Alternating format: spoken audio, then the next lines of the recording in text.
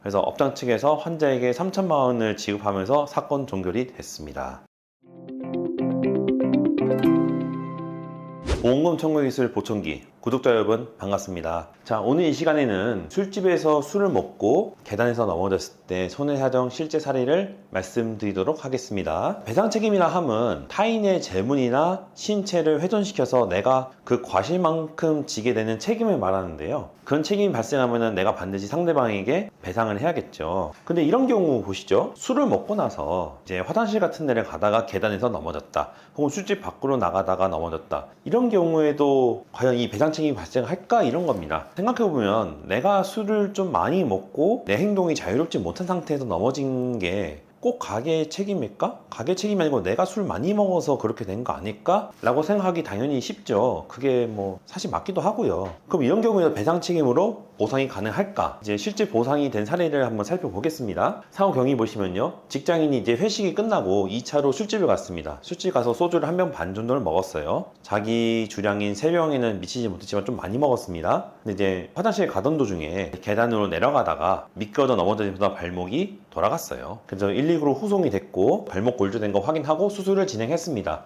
그 당시 진단서를 보시면, 자, 우측 원위 경골 관절염 분쇄 골절, 우측 원위 비골 외측 복사 골절, 이게 필름 골절이라고 부르는데, 뭐 진단서 와닿지 않으시죠? 사진 보시면 이렇게 경골과 비골이 완전히 분쇄 골절돼서 핀을 여러 개를 박아서 고정시켜야 했습니다. 굉장히 심하게 다치신 거죠. 치료까지는 무사히 진행됐는데 문제는 뭐냐면, 아까도 말씀드렸죠. 음주 상태에서 발생한 사고다 보니까 내가 술 먹고 넘어진 거에 가게가 무슨 책임이 있냐, 이겁니다. 사실 언뜻 생각하면 맞을 수도 있죠. 그래서 보험사도 이 점을 지적했고, 저희 입장에서는 과연 가게 측에 배상 책임이 있는지 이것을 입증을 해야 했습니다. 두 번째 문제는 뭐냐, 아까 보신 사진이 있죠. 필름 골절쯤 되면 후유장애는 필수로 나오게 됩니다. 필연적으로. 그래서 치료가 종결된 후에 후유장애 진단을 반드시 시행해야 했습니다. 그래서 치료 끝나고 후유장애 진단을 했고요. 그래서 손해사정한 결과는 보시죠. 자, 유선 업장 사고에 대한 판례를 분석했는데 마침 이 사고와 굉장히 비슷한 사고가 있었어요. 2018년 안양에서 노래방에서 술을 먹고 이제 계단을 내려가다가 넘어진 사고가 있었습니다. 그 사고도 분석해보면은 저희 사고처럼 비가 왔었고 술을 먹었고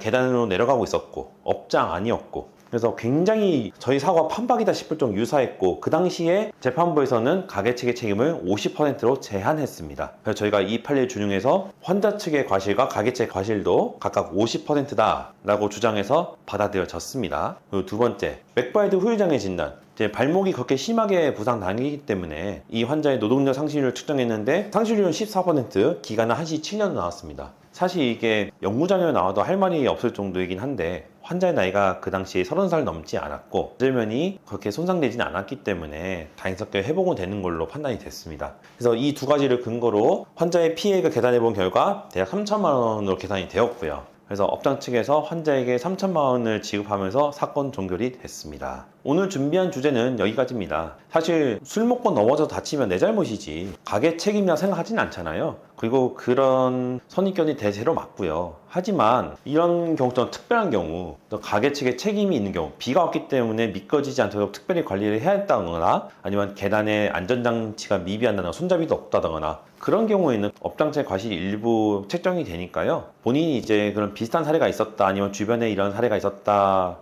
생각이 드시면은 주변 전문가에게 혹은 저희 보험손해사정에 꼭 문의 주셔서 보상을 제대로 받으시길 바라겠습니다. 저희 보험금 청구 기술 보청기는요, 매일 아침 8시에 업로드가 되니까요, 출근길에 영상 보시고 유익했다 생각이 드시면은 구독과 좋아요 반드시 부탁드리고요. 다음번에는 좀 더 유익한 보험 이야기로 여러분을 찾아뵙겠습니다. 구독자 여러분 감사합니다.